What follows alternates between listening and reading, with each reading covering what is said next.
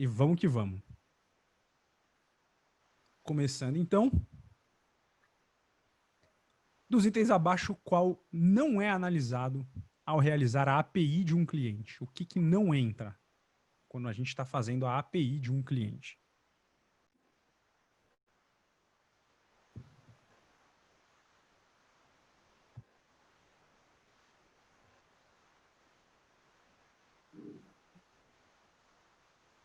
Boa, acho que todo mundo já respondeu. Agora sim. Ô, louco, unânime aqui, ó. Muito bem, muito bem. Todo mundo acertou, então o que mandou aí na pontuação foi a rapidez aí para responder.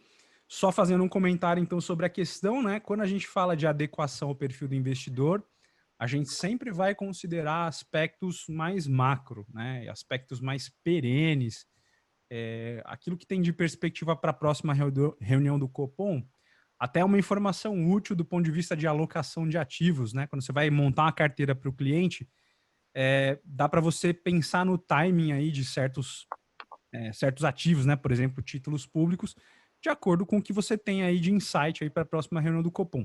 Mas quando a gente faz a API, esses fatores aqui micro, né, e de curto prazo não importam tanto, beleza?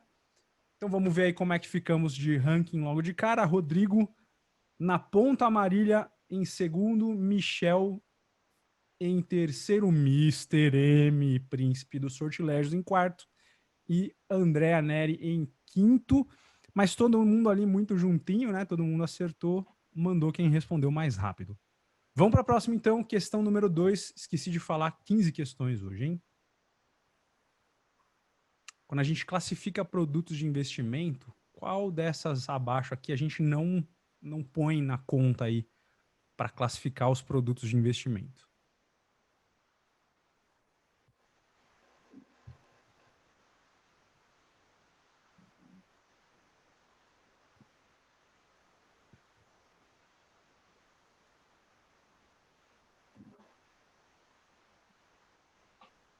Será que foi unânime de novo?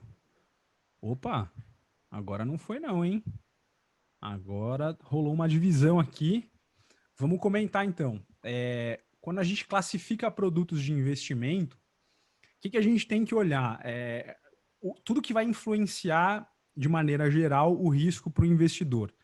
Mas nunca associado a cenário, tá? Sempre associado a características de risco mais, como é que eu posso dizer?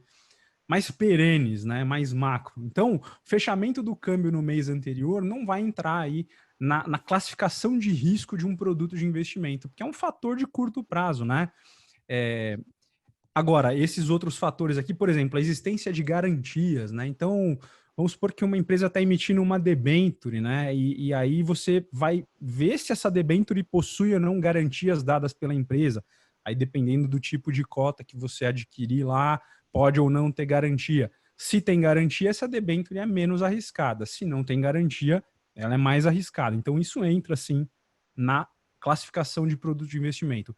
Perfil dos emissores, né? Então, quando uma instituição emite um CDB, por exemplo, você precisa ver o perfil dessa instituição, o rating dela de crédito, né, para ver se ela é uma boa pagadora. Se essa empresa tem um rating baixo, o CDB que ela emite vai ser mais arriscado, portanto, vai ter que ter uma taxa maior. Então, também entra. E riscos associados ao produto, né? Então, você pega, por exemplo, um produto lá mais sofisticado como o COI, né, o Certificado de Operações Estruturadas. Para classificar esse produto, você tem que entender o que tem dentro dele, né? E você vai observar lá se tem um CDI lá dentro e variação do câmbio, PETAX, sei lá, ou Ibovespa e CDI. Então você precisa analisar o que está dentro, então quais são os riscos associados ao produto em si, para então classificar ele. E aí o que você faz? Tendo classificado o produto e classificado o cliente, você vê o que combina, né? O que dá match aí nesse Tinder financeiro. Então, como é que ficamos aí? Rodrigo cai para a segunda posição, Michel assume a ponta, o Ricardo, se eu não me engano, aparece aqui no ranking, né? A Marília continua na terceira posição e Mr. M caiu para a quinta posição. E vamos então para a próxima questão, questão de número 3. Segue o jogo. Quando é que eu não posso recomendar um produto de investimento? Isso está lá no Código de Distribuição de Produtos da Anbima.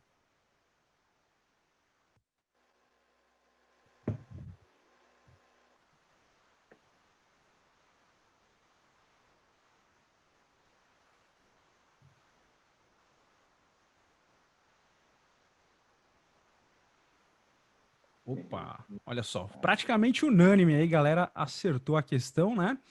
Vamos comentar rapidinho então, se alguém tiver dúvida, é só falar aí.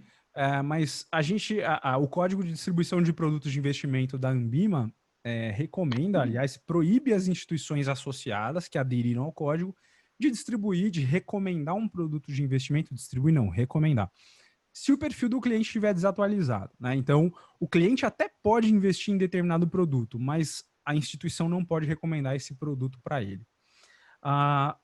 5 pessoas responderam ali a alternativa vermelhinha ali, né, do triângulo vermelho. Cliente não tem recursos suficientes para investir. Isso, na verdade, vai do próprio cliente, mas não é uma proibição em si para que a instituição recomende o produto para o cliente. Ela pode recomendar à vontade, se o cliente não tiver recursos, ele simplesmente não investe. Mas o problema mesmo é quando o perfil do cliente está desatualizado ou o cliente não tem perfil feito, né, não fizeram a API, ou então se tem informações ali que estão desatualizadas ou são duvidosas, difíceis de se obter, nesses casos, não é para recomendar produto de investimento. Beleza? Ninguém respondeu a verde? Uma pessoa respondeu a verde. Cliente é pessoa exposta politicamente. Nesse caso, pode recomendar produto de investimento normal. A única coisa é que quando a instituição vai iniciar o relacionamento com uma pessoa exposta politicamente, tem que ter lá os procedimentos de especial atenção, conforme está lá na Lei 9613. Beleza? Vamos ver como é que ficou esse ranking, então. Michel continua na ponta, Marília subindo aqui, ó, tá acelerando o passo. O Rodrigo segue no ranking também, Ricardo, e o Ed apareceu, o grande Ed, de todas as noites de jogos. E o Mr. M sumiu do ranking aqui, mas logo, logo ele volta, porque tem esse dom, né, de desaparecer e voltar sem que a gente perceba. Beleza, galera, vamos para a próxima questão, então, questão 4. Essa questão aí, ela aparece em prova, muitas vezes desse jeitinho aí. Acho que o pessoal tá matando aí, detonando a questão. Quando você vê uma questão assim, torce para ela cair na sua prova, no seu dia lá que você for lá fazer a serra, né? Porque aí é um ponto de graça. Opa, ainda teve aqui uma galera que titubeou, né? Mas unanimidade praticamente, aí 24 meses, né? Então tem que atualizar as informações dos clientes, do perfil, a cada 24 meses no máximo, mas pode ser num intervalo menor do que 24 meses. Não é 12 meses, tá? Lembra, 2 anos aí para atualizar o perfil do cliente. Michel segue na ponta, não mudou, ninguém saiu ou entrou no ranking, só teve aqui a dança dos lugares aqui do Ricardo e do Rodrigo.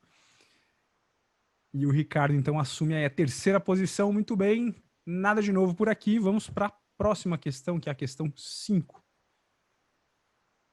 Que investidor dentre os abaixo é obrigado a passar pelo processo de API? Essa é interessante.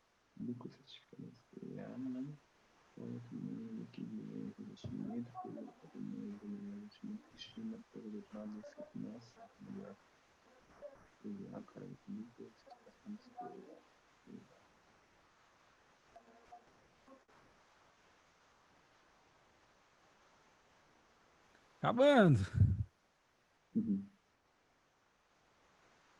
Vamos lá, o que será? Olha só, foi espalhado aqui, hein, pessoal? Achei que ia ser unânime, mas deu aquela esparramada. Mas a maioria ainda acertou, né? Cristina, pós-doutora em finanças por Harvard. Então, vamos, essa daqui, como deu mais polêmica, vamos conversar, né? Quem é que não. Assim, os investidores em geral, a regra é que é obrigatório você submeter o cliente a um processo de API. Isso está lá na instrução CVM 539. O que acontece? Qual é a exceção, então? Essas 3 alternativas aqui que são as erradas, né? Então, primeiro, coloquei lá Lucas certificado CEA. Então, se o profissional tem uma certificação do mercado financeiro reconhecida pela CVM, CEA, CFPI, Ancor. Então, ele não precisa passar pelo processo de API. Ele é considerado um investidor profissional, então não precisa se submeter ao API. Quem mais? Investidores qualificados. Quem que é o investidor qualificado? É aquele que tem mais de R$ 1 milhão em investimentos, não de patrimônio total, mas em investimentos. E aí, tanto o Pedro quanto a Paula são investidores qualificados. O Pedro é qualificado só e a Paula ela é investidora profissional, porque ela tem mais de 10 milhões em investimentos. Todo investidor profissional é também investidor qualificado. Nem todo investidor qualificado é profissional. Então, o qualificado e o profissional, que é claro, é qualificado, não precisam passar pelo processo de API.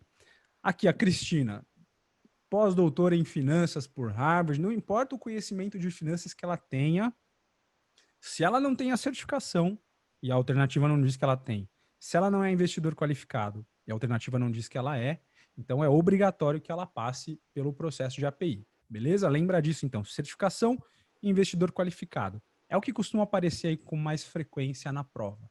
Tem outros casos, você vê lá na aula e na ICVM 539, beleza? Seguimos aqui. Opa, agora deu uma boa rodada aqui, né? O Murilo aparece no ranking, Ed sobe para a 4ª posição, a Marília continua entre nós aqui, o Rodrigo também, e o Michel segue inabalável na ponta, inabalável aqui. O bicho tá apavorando hoje. Vamos lá, então, para a próxima questão, questão 6. Vamos entrar em finanças comportamentais agora. Segundo a teoria de comportamentais, o investidor é avesso ao quê?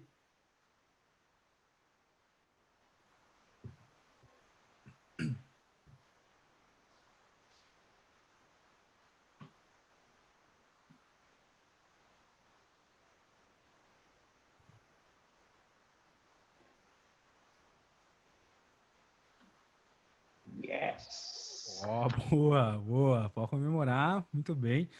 A maioria da galera acertou aqui. Segundo a teoria de finanças comportamentais, o investidor é avesso à perda e não ao risco.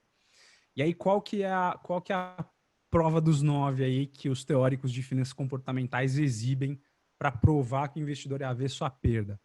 Quando o investidor começa a perder, ele é capaz de assumir muito mais risco do que ele normalmente assumiria para tentar reverter a perda. Então, não necessariamente o investidor é avesso ao risco, porque às vezes ele toma um enorme volume de risco ali para tentar reverter um quadro de perda. Na verdade, o que dói mesmo no investidor é a perda. O investidor é conservador enquanto ele está ganhando. Quando ele começa a perder, ele vira arrojado aí para tentar reverter. Então, segundo a teoria, na verdade, o que dói mesmo é a perda. Beleza?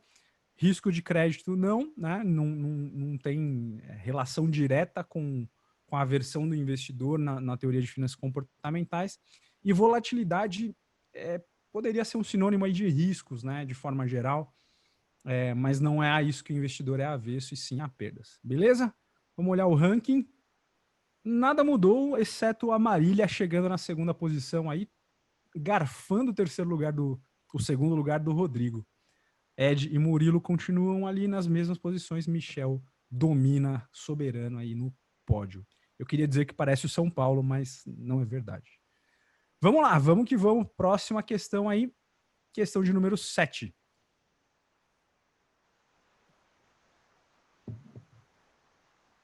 E aí? Qual que é a heurística dos estereótipos, hein?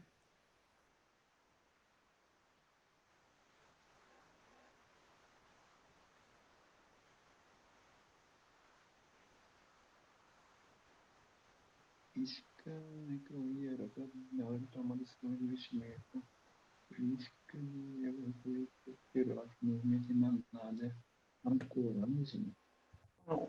Tá acabando. Tá acabando. Acabou. Yes! Muito. Olha, aqui foi bem esparramado aqui, hein, pessoal? Não teve muita unanimidade. Vamos lá, vocês estão estudando, vocês já estudaram essa parte de comportamentais aí do módulo 7?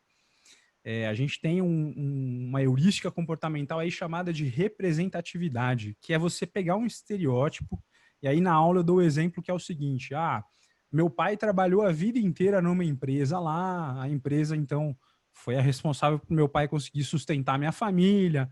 Eu ia nas festas da empresa. Então eu cresci com a imagem, com o estereótipo de que aquela empresa era boa. E aí, quando eu decido investir em ações, eu invisto na ação daquela empresa usando esse estereótipo. Ah, eu cresci vendo essa empresa, então ela é boa. Eu não faço uma análise da empresa, né? Não leio o relatório, não faço valuation. Eu vou no estereótipo para tomar uma decisão. Essa é a heurística da representatividade. Eu pego um fato que é muito representativo para mim, muito significativo para mim, é um estereótipo que eu criei. Certo? Vão aparecer outros, então não vou comentar agora viés por viés, heurística por heurística, porque vão aparecer outros aí. A gente vai conversando conforme for aparecendo. Mudou um pouco aqui, né? Pedrinho apareceu, a Marília sai do ranking, Pedrinho chega na 5ª posição. Michel intocável, Rodrigo continua no ranking, Murilo também, Ed continua na 4ª posição. Muito bem. Vamos lá para a questão de número 8.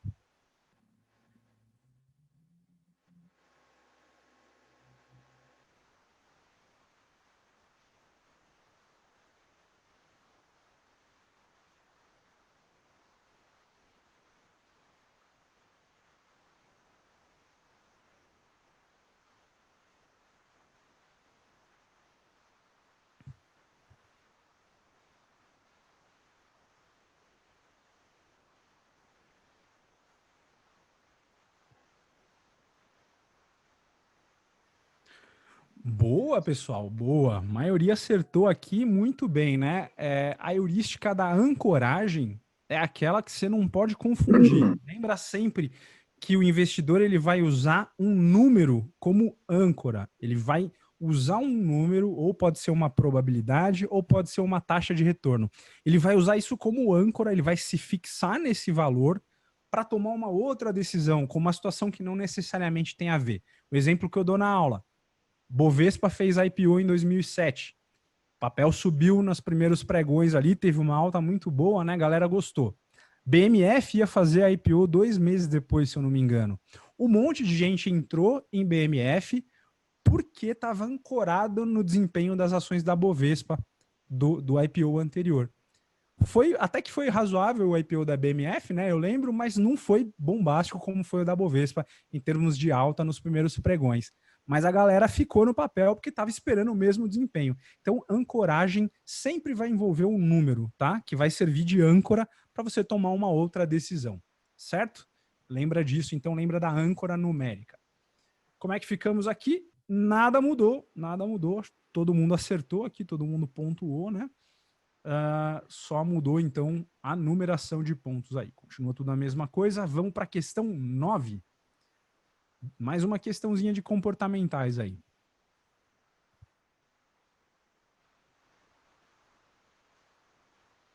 Qual que é o viés comportamental que leva muito brasileiro a não investir porque prefere usar o recurso agora ao invés de poupar para o futuro?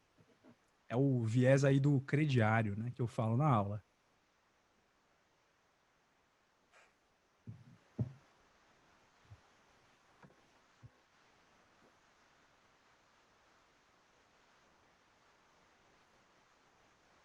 Olha só, deu uma espalhada aqui de novo, hein, pessoal? Não rolou uma unanimidade aqui.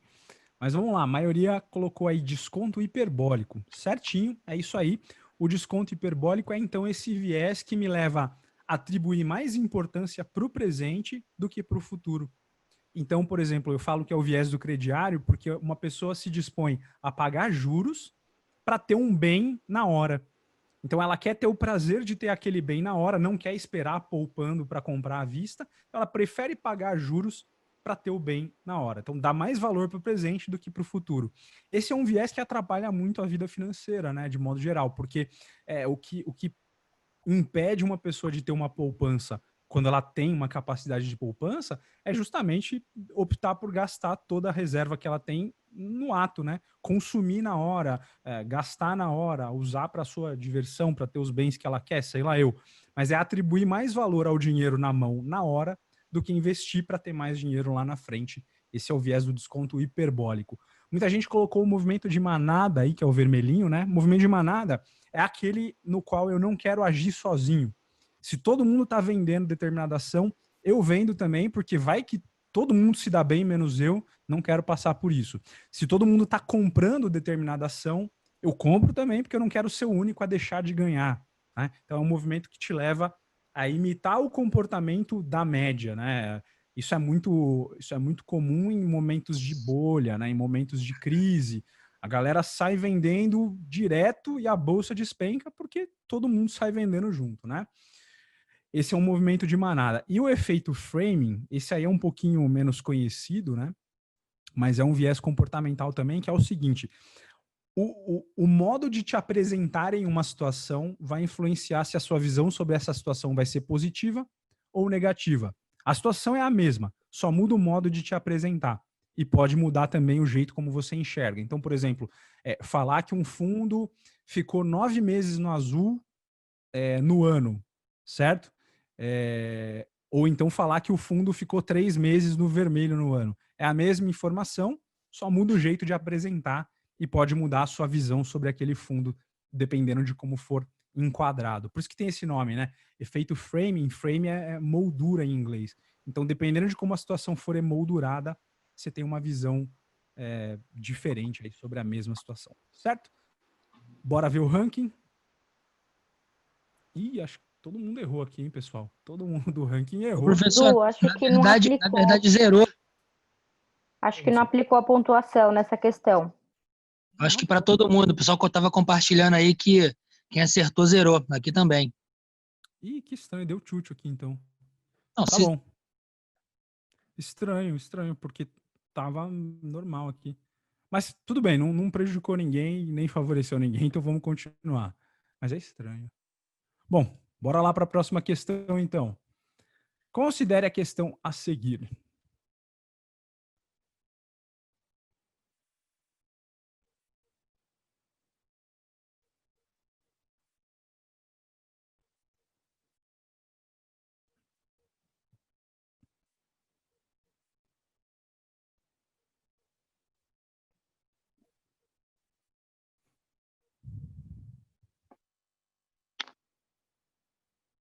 Vamos lá, acabando aqui.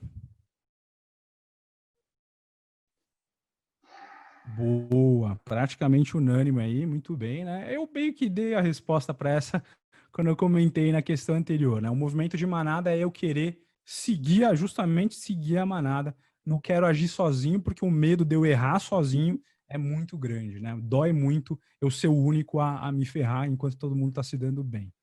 No fim, acaba todo mundo se ferrando, né? Isso que a gente normalmente vê. Vamos lá, vamos ver como é que ficou agora. Agora funcionou aqui, não sei, deve ter dado tilt aí na questão anterior, mas não mudou posição, todo mundo acertou, mas o Michel foi o mais rápido, então ele continua na ponta. Bora lá, questão de número 11, estamos acabando, hein?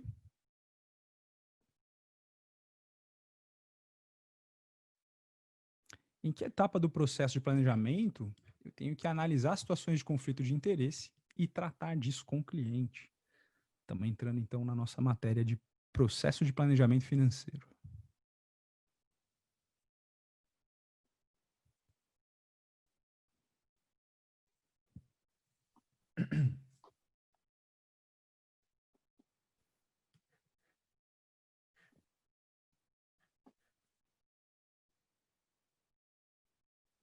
Olha só, teve uma discordância aí, hein, pessoal?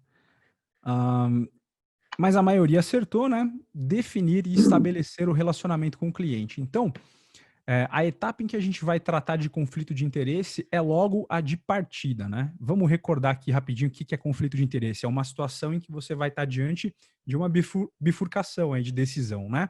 Ou você põe o seu interesse, seu profissional, em primeiro lugar e o do cliente vem depois, ou você põe o interesse do cliente em primeiro lugar e o seu acaba vindo na sequência. Isso é uma situação de conflito de interesse. Esse tipo de situação, normalmente ele já fica claro se vai aparecer ou não logo no início do relacionamento com o cliente, né? Então, é na primeira etapa aí do processo que você tem que tratar disso, se possível já documentar os fatos e fazer a gestão aí do conflito de interesse de forma adequada, beleza? Não tem muito o que falar, é lembrar mesmo de como é que são as etapas, o que acontece em cada uma, né? Tá tudo detalhadinho lá nas nossas aulas. Vamos dar uma olhada aqui no ranking. Agora o negócio esquentou aqui, o Ed saltou 2 posições, né? Chegou aí no segundo lugar, Pedrinho em terceiro, Bravin, que não estava no ranking, aparece aqui agora na 4ª posição e o Rodrigo cai lá para a 5ª posição. Boa, a briga tá boa aqui. Vamos então para a próxima, 12, hein? Faltando aí mais 3 questões além dessa.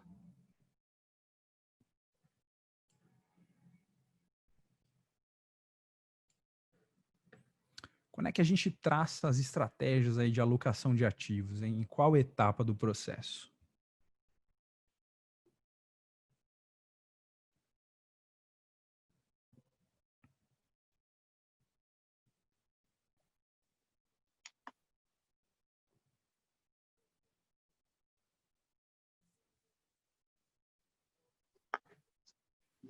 Opa, essa aqui também teve um conflito aqui, hein? Empatado aí, fase 4 e fase 5. Vamos lá. Fase 4, desenvolver o planejamento, né, as recomendações, e fase 5, implementar. A principal diferença entre essas duas fases é a seguinte: na fase 4, conforme a Planejar preconiza lá, a gente vai falar de macroalocação, né? Vai falar de asset allocation. Quais classes de ativos vão entrar na carteira do cliente? Vai ser um fundo de ações? Vão ser ações mesmo, diretamente, né? Um ETF? Ou vai ser, de repente, um fundo renda fixa? Ou títulos públicos? Enfim, a gente vai falar de classes de ativos. Isso na fase 4. Na fase 5, que é a hora de implementar o que já foi desenvolvido, aí você vai falar de microalocação. Aí você começa a dar nomes para os produtos. Então, se a gente, na fase 4, decidiu que vai investir em ações, quais ações vão entrar na carteira? Se na fase 4 a gente decidiu que a reserva de emergência ia ficar num fundo DI, agora é a hora de escolher qual fundo DI a gente vai aplicar, então, a reserva de emergência. Então, macroalocação, alocação de ativos, fase 4, e aí microalocação, o nome mesmo dos bois, né, na fase 5, beleza? Que é a fase de implementar. Vamos dar uma olhada aqui nas posições. Ed ultrapassando, atropelando geral, chega na ponta aí, a 3 questões do fim, hein, Ed? Segura, hein? Agora quero ver a pressão chegando para cima. Vamos lá, vamos para a questão de número 13. A escolha da melhor opção entre o fundo A e o fundo B para compor a carteira do cliente é feita na etapa. Se você prestou atenção até agora, essa daí ficou moleza, melzinho.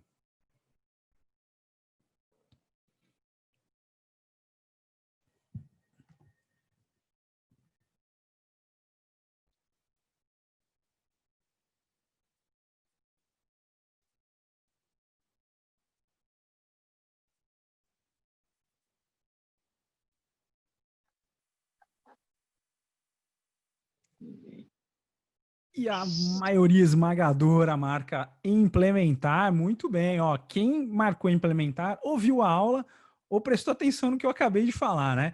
Então, etapa 4, a gente fala de macroalocação, classes de ativos, e etapa 5, a gente fala de microalocação. Então, na etapa 4, a gente decidiu que ia ter fundo de investimento na carteira. Na etapa 5, a gente vai decidir entre o fundo A e o fundo B, qual deles é melhor, né? E aí, o fundo A e o fundo B seria o nome mesmo do fundo, né? Fundo X da instituição Y e por aí vai, certo? Então isso acontece na etapa 5 aí, que é a de implementar as recomendações de planejamento. Mudanças aí, Ed e Michel brigando pela ponta. Bravin segue na 3ª posição, não subiu aí para a 3ª posição, né? Pedrinho mantém o 4º lugar e Murilo na 5ª posição. E vamos agora para a penúltima questão de hoje. O que a gente faz na etapa 3 do processo? E agora, hein?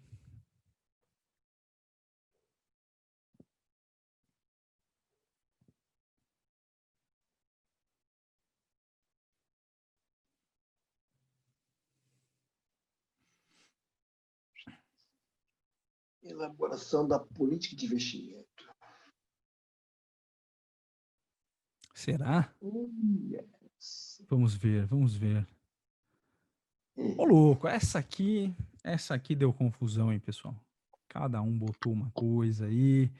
Mas 14 pessoas acertaram o fato de que na etapa 3 do processo de planejamento financeiro a gente faz o suitability, né? A gente faz o API, análise do perfil do investidor e adequação aí, né?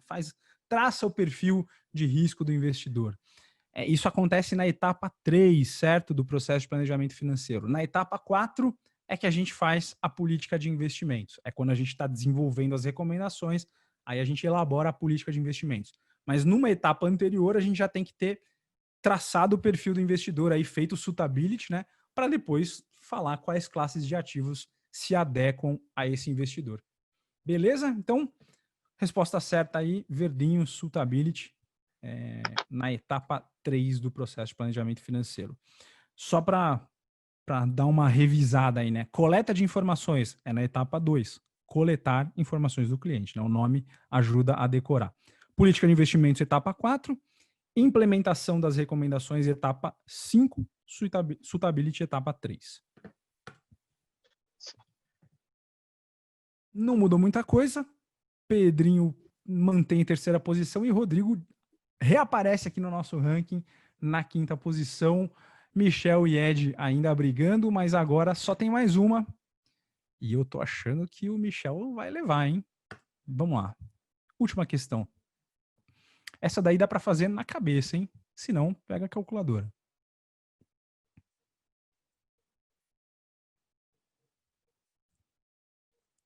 Tranquila essa questão, pessoal.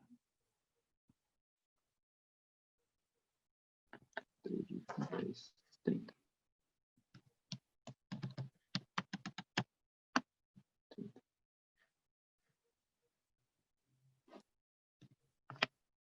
Qual que é o índice de endividamento do fulano, hein? E aí, pessoal? O